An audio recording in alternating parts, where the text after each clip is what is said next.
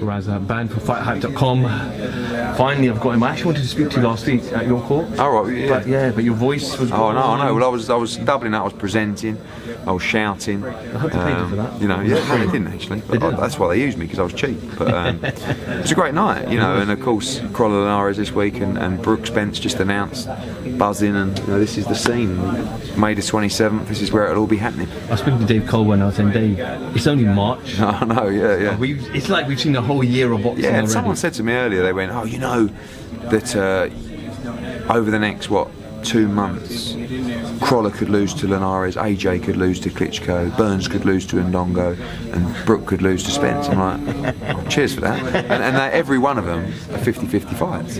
And that's how it should be. You know, at the same time, I look at it as a half glass full kind of guy, which is Crawler could become the #1 lightweight in the world. You know, Brook could cement himself as #1 welterweight in the world. AJ could unify the heavyweight division, and Burns could unify at 140. So you've got to be in it to win it. You've got to gamble, and that's what all those guys are doing.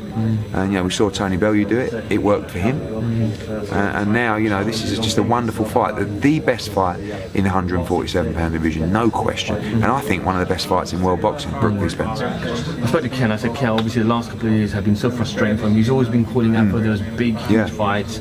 He's had setbacks with injuries and the incident that happened abroad, the whole Khan stuff, and then now finally he gets a dream, which is to fight in Bramall Lane. It's the dream in one respect, and it's the nightmare in the other respect, isn't it?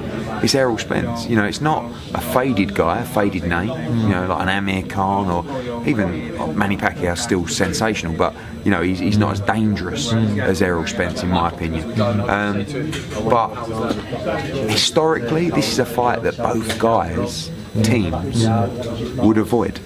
You know, Kell Brook's team might be like, don't need Errol Spence, that young unbeaten lion. We can just wait for a sort of faded big marquee name. And Errol Spence's advisor could be saying, you ain't going to Sheffield to fight Kell Brook, stay here, work to a fight with Thurman, keep winning. But Errol wants to win the world title, and he's happy to do it in Britain, and Kell Brook's more than happy to fight his mandatory challenger and one of the best welterweights in the world. Both guys think they can win, and it's a sensational fight. And you said previously when I spoke to you about how making that 147 will be difficult for Kell, because he's such a naturally bigger guy. I spoke to Dom a few weeks ago, and Dom said exactly almost a similar thing. Was this Kell's decision to stay at 147? It was, completely, and it is very difficult to make 147. You know, he can make the weight all day long, but you have to make it in a certain way to beat someone like Errol Spence.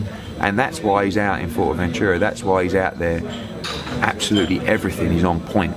You know, now he's probably a stone lighter now than he has been at other points 9 weeks out from a fight. He has to be. He has to get this right, otherwise he will not win this fight. And both guys are gambling this fight. You know, Kell's gambling for the big marquee future, and Errol Spence is gambling his hype. Let everyone find out if it's real. Let's see if it's real. I believe it is real, but unfortunately he's coming up against, I believe, the best welterweight in the world in Kell Brook. Floyd Mayweather and other fighters say that Errol Spence is the next big thing in boxing. That's a good recommendation.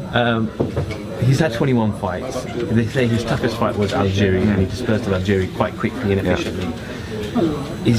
Do you think he's going to cause Kell a lot of problems? Kell loving fighting the southpaw. It's not. Listen, this isn't a fight where Kell Brook comes in and destroys him in a round. This is a tough fight for both guys. Both guys acknowledge that. I think Kell's boxed Porter and he's boxed Golovkin, so it's hard to say, is this the best fighter he's ever boxed? It might be, but is Kell Brook the best fighter Errol Spence's boxed? Unquestionably, and Errol acknowledges that as well. So there's a lot of unanswered questions, but that's what makes it so exciting. From a personal perspective, I know you said there's a doubt whether you're going to get Bramall Lane with all the council and all the permissions required, and potentially O2, but how happy are you that it's in Bramall Lane? Yeah, I mean, we could have gone O2. We probably would have made more money at the O2. But it's not something people talk about for the rest of their life in Sheffield, is it? You know, I mean, got 27,000 in this stand here will be closed off with TV trucks and stuff like that. That stand, yeah, and then you've got, you know, shooting into that double-tiered stand there. You've got about 8,000 on the pitch, 27,000 in the arena. It's going to be absolutely back to back. Yeah, cool. So a month, and then we might have another one coming as well. So things are great, and but you need real fights. You know, people said, oh, you know, you could have come here with an easy fight for Kell, but like, you know, you've got to get people excited. And this is a fight where genuinely no one knows. The bookies have made Errol Spence the slight favourite for the fight, which goes to show you he's coming into Kell Brook's backyard. It's very, you know, when I say Brook is better than Pacquiao, you come in for a lot of criticism. I believe Brook beats Pacquiao. I really do.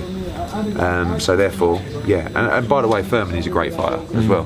Furman Brook's a great fight. You know, Spence Brook's a great fight. For Pacquiao, Furman's a great fight. Pacquiao, you know, they're all, but they should be fighting each other, and now they are. And it's great news for the fans.